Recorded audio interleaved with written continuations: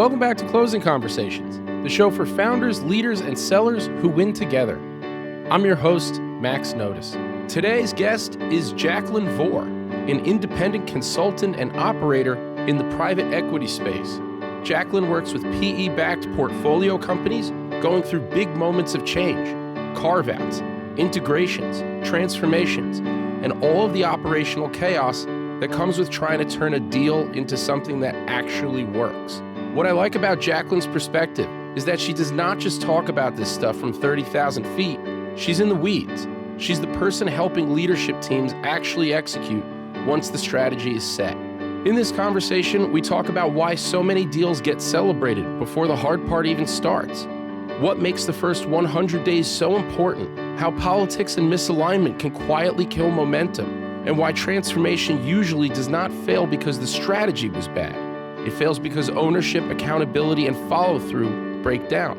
Jaclyn is smart, practical, and very real about where things go wrong and what it takes to make change stick. Let's get into it. Jackie, great to have you on the show. Why don't you just start by telling the audience a little bit about yourself?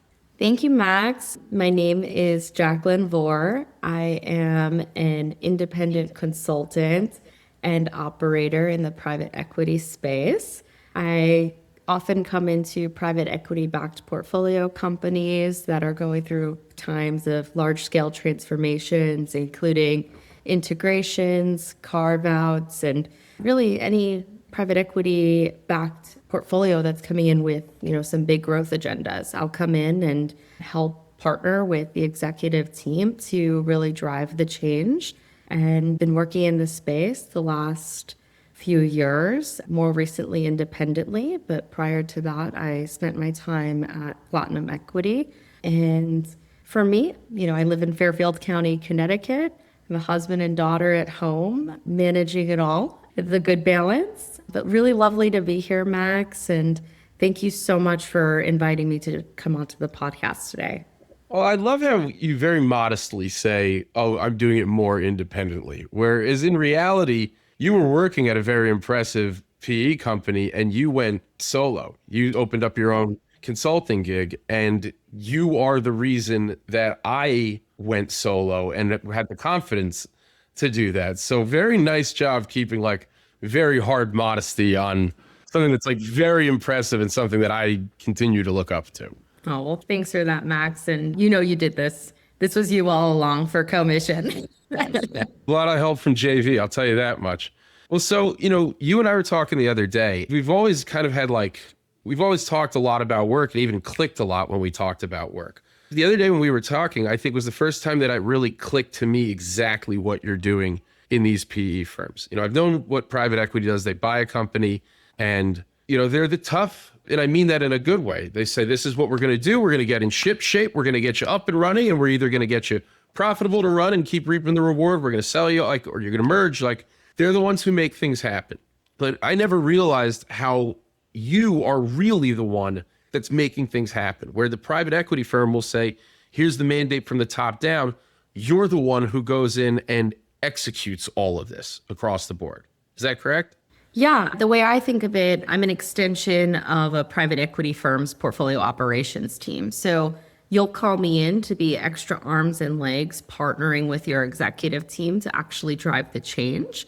So for me, I've sat on portfolio ops teams previously, and I have that experience to take into the leadership teams at each of the portfolio companies, work on small projects all the way through some large, more complex ones. But I'm a roll up your sleeves type of gal and partner with the teams to actually get these things done. And whether that is growth agenda, cost cutting, optimization, or just simply building out standard processes, right? That's where you can call on me to come and help support.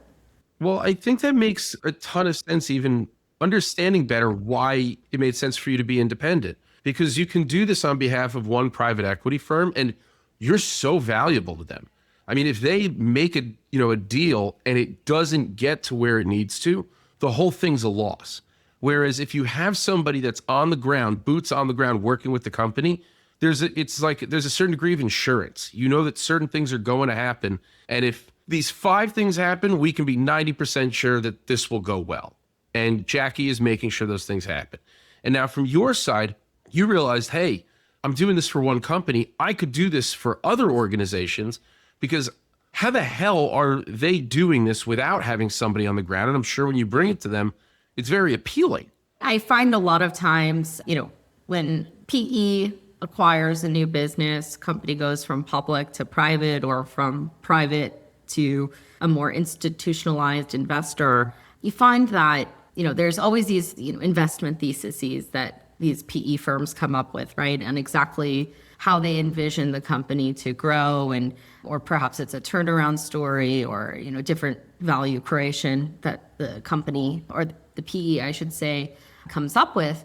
The ideas are there and the strategy gets together, put on paper, right? But the reality is you need somebody to partner with you to actually execute and drive the change. And that's where I come in. For me, I think these roles are quite straightforward, right? There's a very clear remit of what exactly needs to get done. There's clear KPIs to track. Are we getting closer to this goal or moving further away from it?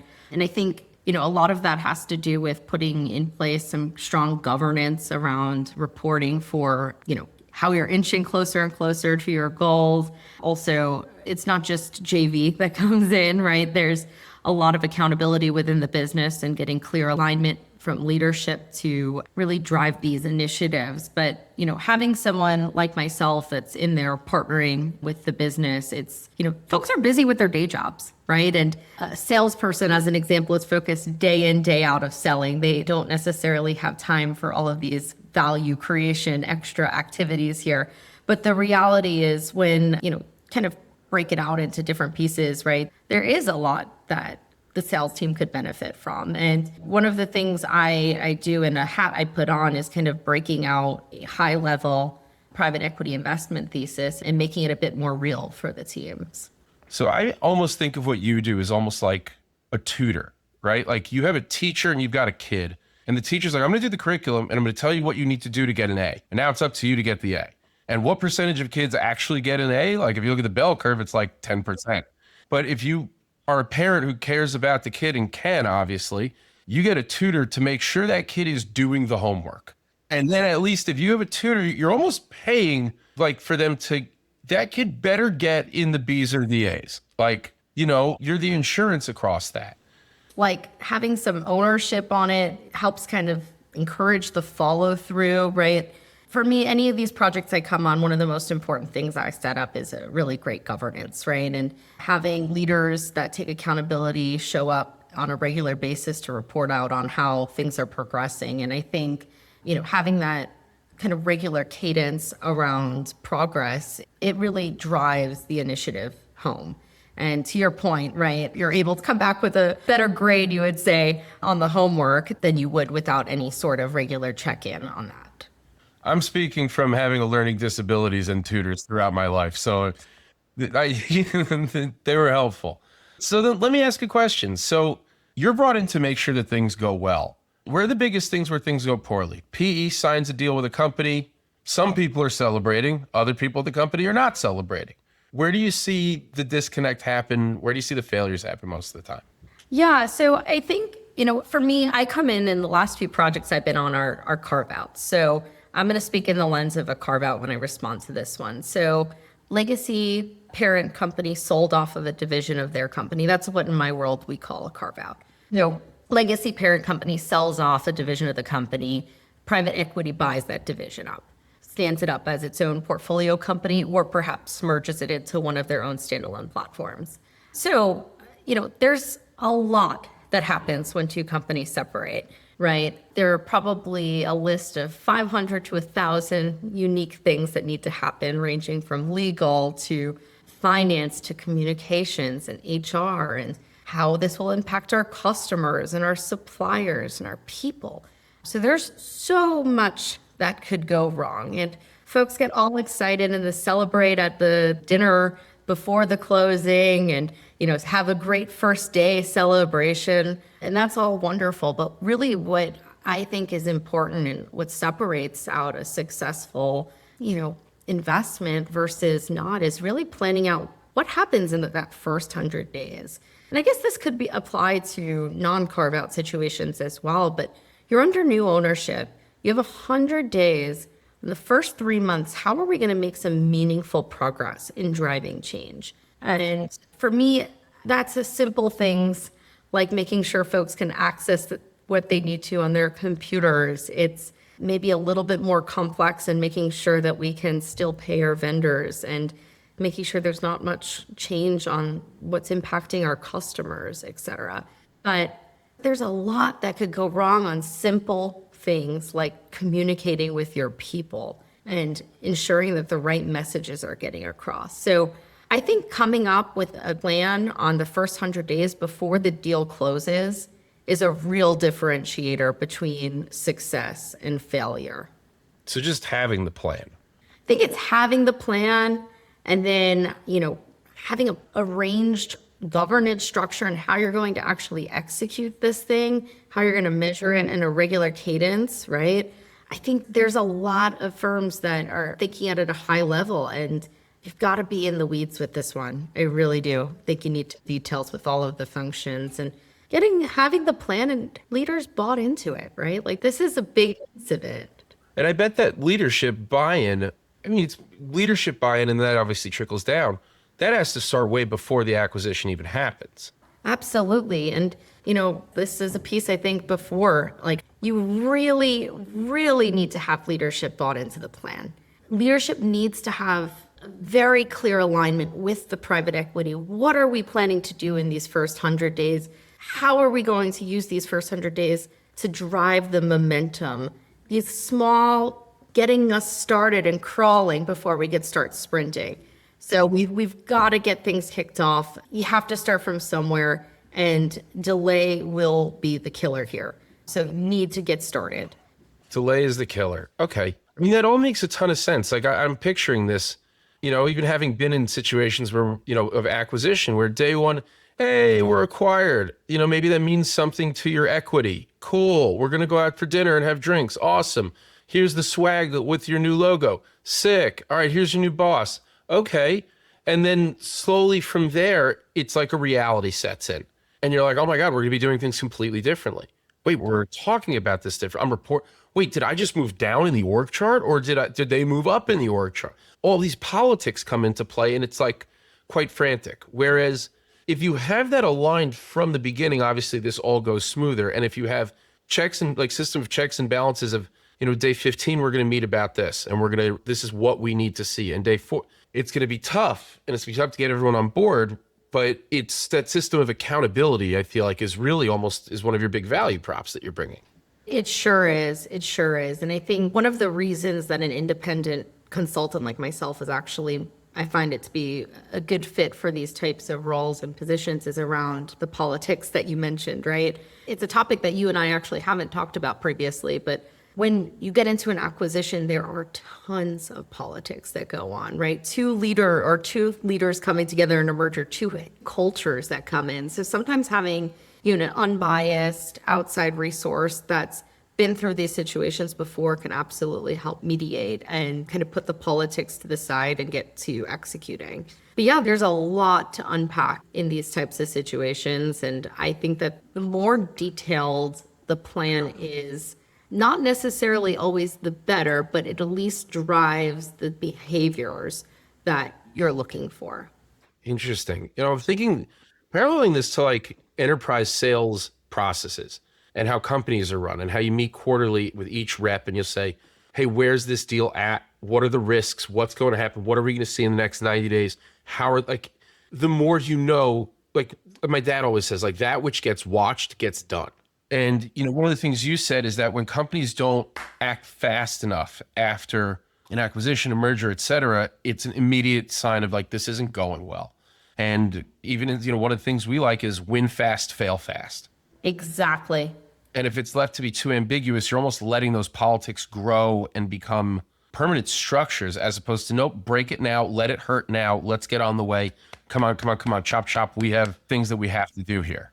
Right. And in every deal, there's also a learning period. So like, don't get me wrong. There's both organizations when there's a merger together, you need to learn about each other's business. So you can't just jump into the go right away. There is a learning period.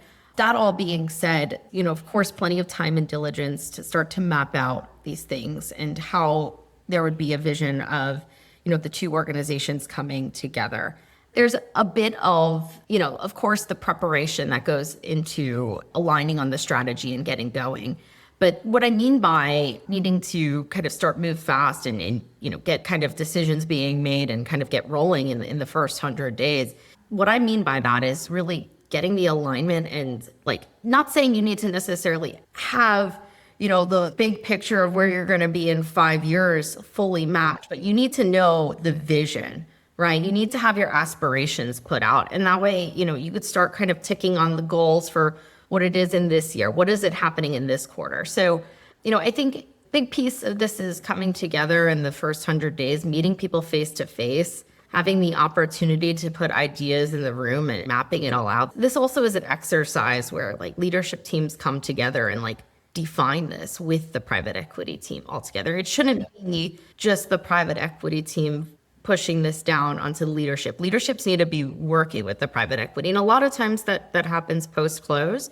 But again, in the first 100 days, this is where it's core to develop these plans. And, you could start executing within the first 100 days. Great. Maybe some activities will be done and you've got some quick wins under your belt, but you should have a good view for kind of what's ahead and great ways to be able to start tracking these things. Interesting. Yeah, I have to imagine a lot of that starts before the signature happens. Otherwise, bad news bears. Do you get involved? Like, I guess when you're at the PE firm, it's one thing. When you're as an independent consultant, are they bringing you in while these things are being figured out so you can be a fly on the wall, you can give input into it?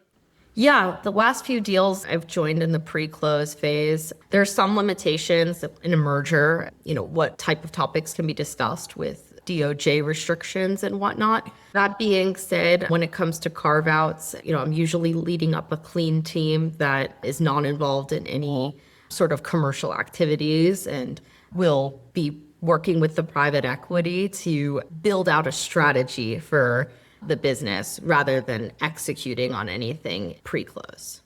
So that way, when you go to do this, it's like you already have an idea of, it's like signing up for a workout and you're like, I don't know, it's a workout. And they're like, all right, run 100 miles. You're like, whoa, I didn't know that that's what was involved. Like you have an idea of, all right, this is going to be rough, but we got to do it.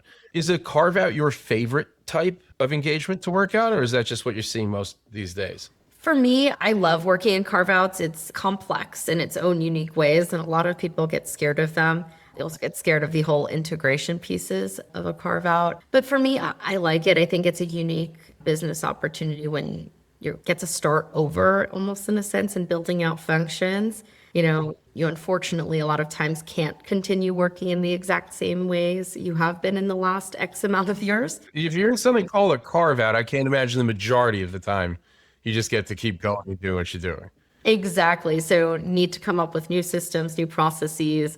A lot of times need to hire new people and really build your business up again. So for me, I find them super interesting. Other people find them super complex, but I think they are becoming more and more prevalent in the private equity environment. I think that there's a lot of value in, obviously, of course, execution with carve-outs, and there's a lot of value to be made when they're done right. So for me, it works.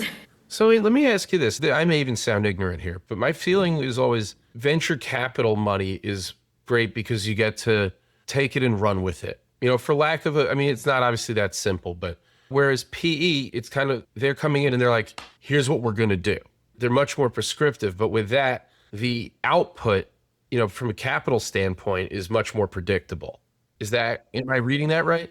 I think that's fair. I think there are certain PEs that have a more rigorous, I'm going to call it operating model, where they have portfolio ops teams that are involved either at some varying degree in the company, either on the board or perhaps they have some vice presidents of transformation or transformation leads in the business.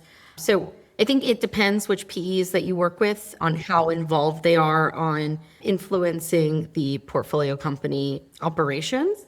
That all being said, I agree with you completely that, PE usually, at least the PEs I've worked with, require a really strong investment case on every project, every investment that you're going to make, right? Is this going to have a good return on it? And it's a really great way of thinking about use of capital, right?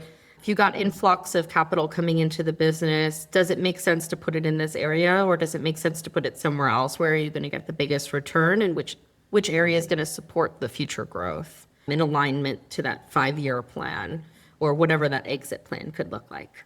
Interesting. Are there types of PE firms that you prefer to work with? I prefer to work with folks that are a bit more hands-on in portfolio operations. That's where I live, right? For the most part, right? I act as an extension of that team.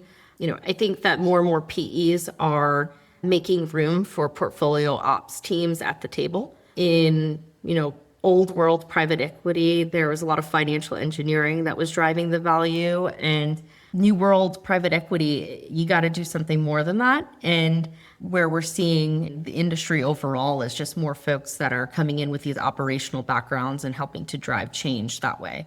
So it's boots on the ground that really is making the difference here. Oh, it's kind of following exactly what you're doing of making operationally, this has to work. I can give you the playbook, but can you actually do it? Or not only what's one thing to say you can do it, it's another, can you really do it? And can I trust that you know what you're doing? And I imagine the answer prevailingly was no, which is why they need more folks to be boots on the ground.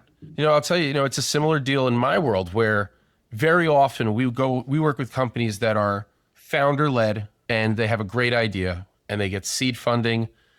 They get introduced to a few companies and they'll close a deal. The founder will close a deal. And then they say, all right, it's time for us to raise a Series A, let's say. And they say, all right, it's time to hire a sales team. And they make a lot of assumptions that don't pan out the majority of the time. So they'll say, well, as the founder, I was able to close 3 deals this year. If I'm bringing on a salesperson, they should be able to close 3 deals this year. And wait, hell, they're not doing all the things that I'm doing as the founder. They should be able to close 4 deals this year, 5 deals this year. And then when we look realistically, okay, you close these 3 deals, where did they come from? Well, one of our lead investors made the introduction. He's investing, in that other company that we sold to. Okay, where the other one come from? Some sort of a tech partnership that we have. All right, now this new salesperson you're bringing on, do they have those relationships? Probably not.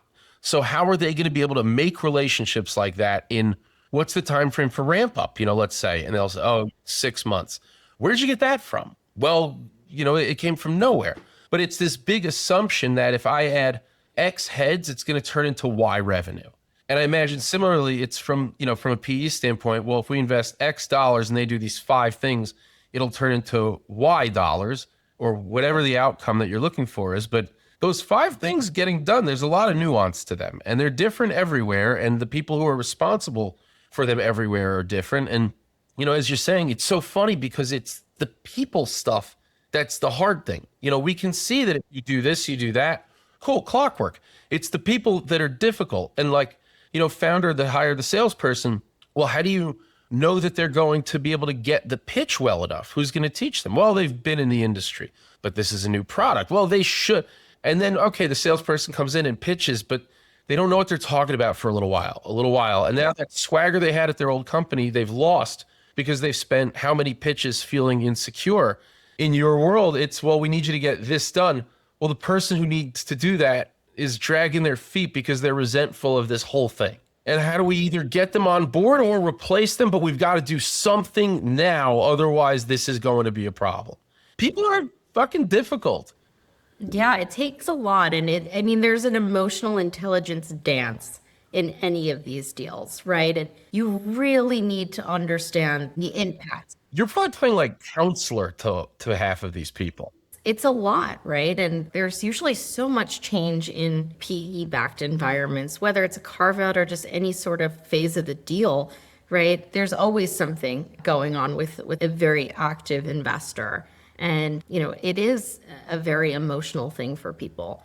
But, what I try to do is be a good listener and learn, where the facts are and come up with some solid solutions. And, I think unique role for me in these carve-out deals have the opportunity to redesign processes and make them work. And I think listening to people openly share about their grievances and concerns, it actually creates for better future processes, right? So you're able to learn where things worked really great in the past, and then also maybe a little bit of where there are gaps and opportunities for the future. But I keep, echoing the point on the importance of these first 100 days, mapping all of this out and understanding where there were gaps and being able to identify a few early wins and not delay. That's where you really can get things going. And, the more you delay on these things, quicker you erode any value that's there. And I feel like I'm talking in circles, but there's an emotional piece to it, but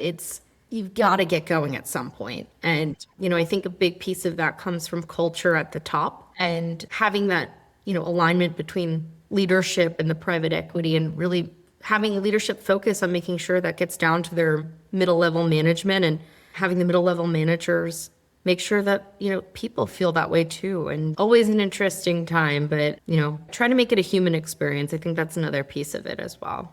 Well, a lot of what you're saying makes sense. If I hear out their grievances, even then I put something in place, at least they felt there was a part of it. Even if we don't go their way, let's say, we heard you. We didn't just do this without you. People appreciate that. Then at a certain point, listen, I can only hear the grievance. Like we have to get going. And then as an organization, do we have the patience to get this person on board? Will they ever get on board? And if not, then who's going to be doing it? Those things have to happen. Otherwise, what are we doing here? Time is money. Yeah. And unfortunately that does happen, right? But well, it's growing pains, right? It's not growing pleasures. yeah, it is growing pains. And then, you'll find somebody that's fit for the seat that sees the vision and is able to really drive it too. So sometimes that happens. And, other times you find too that, folks, when they come into these deals, right, there's an opportunity for them to find another role in the organization that fits better for them. It's a really a catalyst for change for a lot of things. And there's a lot of new roles that open up a lot of times when it comes to carve-outs. And somebody that was in an accounting organization that always wanted to get into customer support or customer service, right? They may be able to find a way to get in because there's an open role because of a carve-out. So it's quite a catalyst for a lot of organizational change, and even on the people side of moving around. Well, so then let me ask. So the merger, acquisition, whatever deal is struck, you go in, you're chaperoning everybody in. Hey, we got to move. We got to do this. Hey, I hear you. I feel you. Okay, we hit the 5 things we needed to do. Is there a point where you naturally step back and let them run it? Is there a point where you're like, this is why I love what I do? Like they really hit humming, what is that point for you? Yeah. So typically for me, I'll come into carve out and, lead up the first 100 days and help make sure that the organizations are stood up, like the sub functions are stood up, I should say. And, as soon as they're able to kind of be up on their own, I can step away. Sometimes that's as short as 3 months. Other times it could take about a year and a half. Really depends on how complex the change is. What I do in the meantime, as I kind of stand up these organizations and we've got one function down, the next function to go, I'll start to jump into some value creation work with the private equity. So I put my carve-out hat down and I pick up my value creation hat and I think about, okay, what else do we have on the agenda of what we want to accomplish? So do we want to drive our EBITDA up a couple of points? Or do we want to think about changing out a system? Or do we want to think about how we can optimize our supplier pool? So I'll go through all of the, what I call operational levers on either revenue growth, EBITDA enhancement, SG&A management, COGS. I'll go through those and work with the private equity to actually drive some of those sort of transformation initiatives as well. So I keep busy on most of my projects. They start short, but the second I have bandwidth, I'm always working with the private equity to see where can we continue to, while I'm still on, at least helping on the carve out, what else can I help with? I have that too. And I'll tell you, this is a personal thing. When commission engages with any particular company, it's very much like we don't want to be here forever. Like we want to get you up and stable, like almost like a parent. A parent's job is to get you able to fly out of the nest on your own. It's not to keep you in the nest forever. You know, I think of us like Forrest Gump's leg braces. Like, we're there to get you go. And then once you can run, we're off and you run and you do your thing. But for me, the honey of a project is when I'm working with a salesperson and you just see they get it, or they'll close a deal and say, write a message, oh my God, I did what you said. And oh, it made all the difference. And you just feel so awesome. And then when it comes time to the step away, you know, yes, I want to create value and I want to get paid and all these things. But at a certain point, I start to feel like part of the team.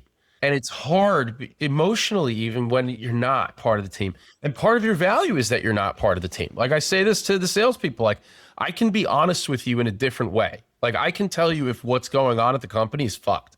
I'm not a manager there, but you can listen to, you can trust me. I've nothing to gain from any of that, but it's hard stepping away because you really form a bond, you know, a pride in the work that happened together. And it's weird to see them continue and you're not there even like, but I feel like at the same time, like a good parent, like it's your job to let them get out of the nest.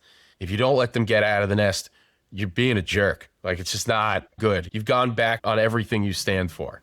Yeah, I think there's definitely something to be said. And I had worked with a transformation officer at one point, and she had told me, she said, anytime you're on a project and you start to quote unquote go native, it's your time to get off of the project. And what she meant by that is if you start thinking as you're part of the team and coming up for excuses for your teammates and, you know, realizing that you're sharing why the team is missing deadlines rather than pushing on, you know, the execution, it's time for you probably to move on.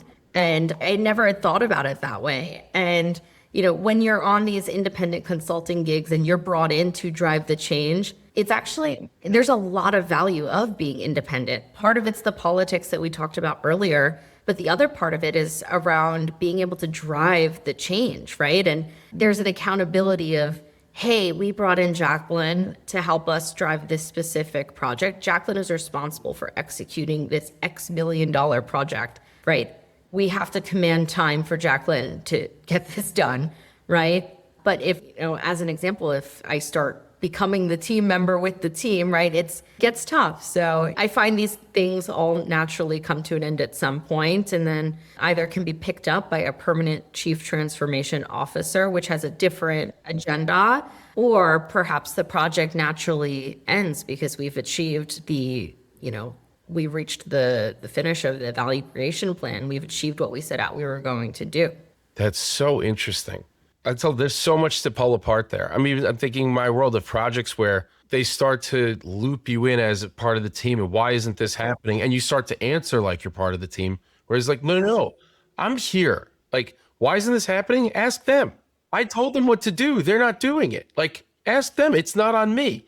And you start to, I feel like it's gotta be a very human thing, but that independence is your leg to stand on. It is your value. And once that's gone, it's not gonna end well, because now what your expectation is, what their view of your value is different than what you're bringing. And well, what is she doing for us? And it's like, and don't get me wrong, it's a lovely thing, and it's happened on countless of projects, right? You know, build really great relationships with the team. Folks view you as a thought partner. Also, as I mentioned, I roll up my sleeves and get the work done with the team as well. So, you know, you become an A player on a team that really needs support, and they're like, we want you. And, you know, of course, you have to sometimes, and for me, I've had to turn down job offers from my portfolio companies that want me to stay there permanently. And, you know, I know for me, where I drive value is coming into a new project and being able to take my skill set to other PE portfolio companies. And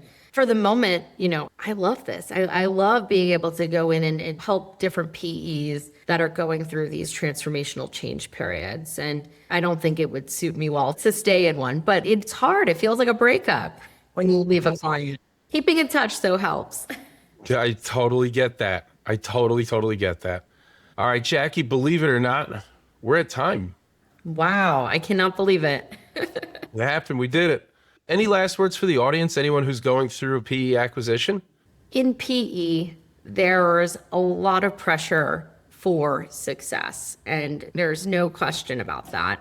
I think coming into a PE that takes operations as serious as the PEs that I've worked for, there is going to be a lot of change and there is going to be a lot of transformation happening.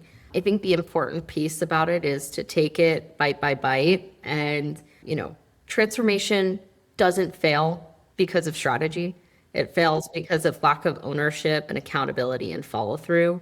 And I think, having strong alignment, and these are the same messages we've shared through this podcast, but having strong alignment between leadership and the PE, it sounds so simple, but being driven by the same goals, having the same incentives, and being able to make the right decisions on the same basis of that strategy, it goes a long way.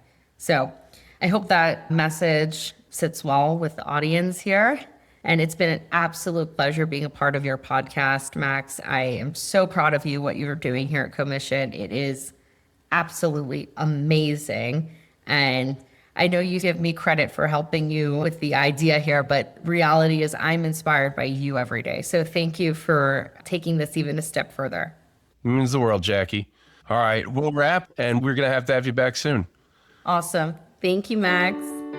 And that's a wrap for this episode of Closing Conversations. Huge thanks to Jaclyn Voor for joining me. Jaclyn has a really sharp view on what happens after the deal gets signed, when all the excitement wears off, and when the real work starts. This was a great conversation about accountability, execution, leadership alignment, and the reality that people in politics are usually the hardest part of any transformation. If you liked this episode, subscribe, leave a review, or share it with somebody who's going through an acquisition, a merger, a carve-out, or a major change inside of a company. And if you're working on building a sales team that actually knows how to connect, sell, and grow the right way, head over to www.commissionsales.com. We'll see you next time. And until then, let's get closing. Thanks for watching. If you enjoyed this conversation, make sure to like, share, and subscribe. And don't forget, you can always catch us on Spotify and Apple Podcasts for more episodes of Closing Conversations.